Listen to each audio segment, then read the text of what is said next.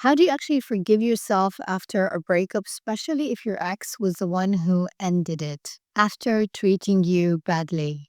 This was definitely one of the most difficult things I had to do in my life. And in this video, I'm going to share with you the things that helped me the most. So hopefully you find this useful if you are in a similar situation. So the first thing you need to remember is that it's not easy to forgive ourselves, but it's also important to acknowledge that we are all human beings. We all make mistakes. We've all done stupid things that we regretted in the past. So you need to remember that you are not alone in this. I challenge you to find one human being who has never done any mistake in their lives. It's not possible. We are human beings. We learn by trial and error. So it's okay to make mistakes.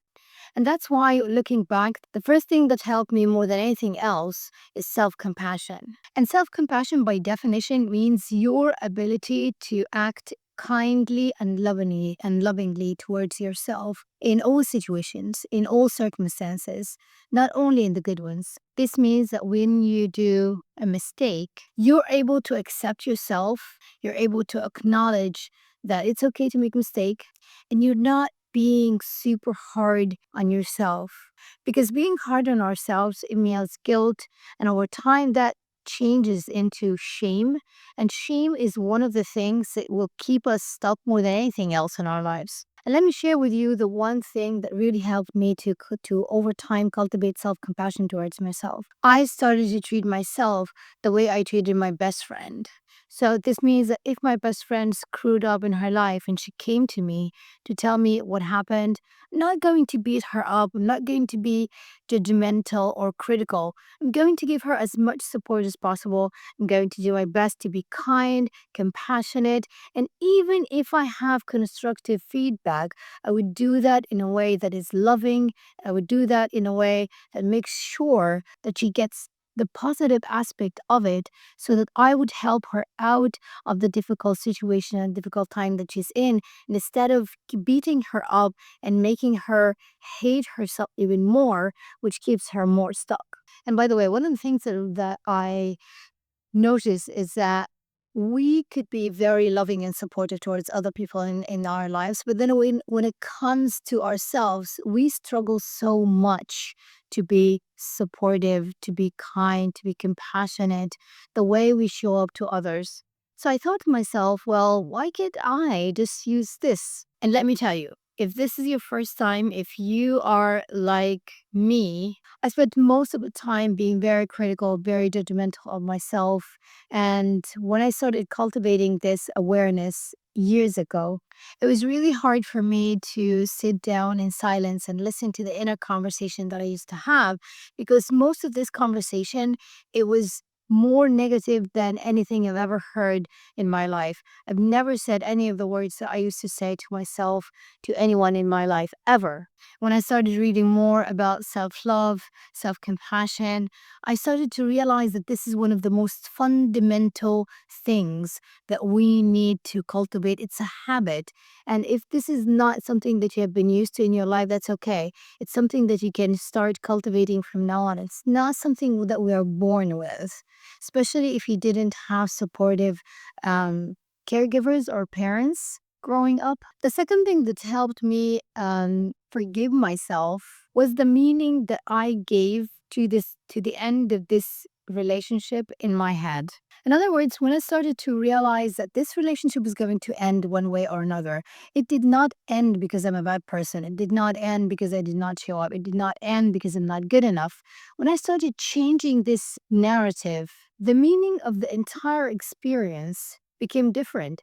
And it meant that it was only something that I could learn from. It was not a successful experience, but it was something that I could take away, that I could learn from as much as possible. And more importantly, I realized that it does not have to do with my self worth.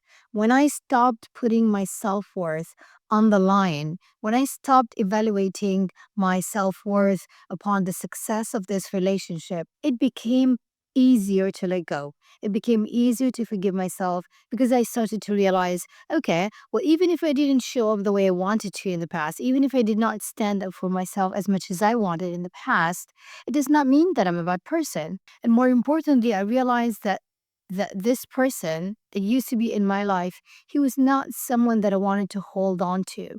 Letting go of someone that you know is going to hurt you more than add value or benefit you in your life is actually easier. Now, the difficult part is forgiving ourselves for staying too long, is forgiving ourselves for not standing up for ourselves. And the third thing that really helped me to work more on forgiving myself was becoming a diligent learner. When I drew a line and I said to myself, okay, for whatever happens in my life from this point forward, I'm going to do my best, my absolute best to learn from this as much as possible. Because I realized that most of the things that we have in our lives, most of the skills that we need to live a joyful and a successful, fulfilling life, most of them are learnable skills. This means that when we know better, we can do better. And one of the best ways of becoming a learner is constantly focusing on learning as much as possible from our mistakes and always differentiate between the mistake that we did and our self worth. We are not the mistake. And good people, smart people, make mistakes in their lives, but it doesn't make them bad people. It only makes them good people who made a mistake that they continue to learn from and they do their best not to repeat again. Maybe the last thing that I could add into this topic is that do your best to surround yourself with people who uplift you, people who support you more than judge you. Because, sometimes when you are in an environment where criticism is very common, then it becomes difficult because it's a pattern, then it becomes difficult to do this in a work while at the same time having people who keep feeding you this kind of energy.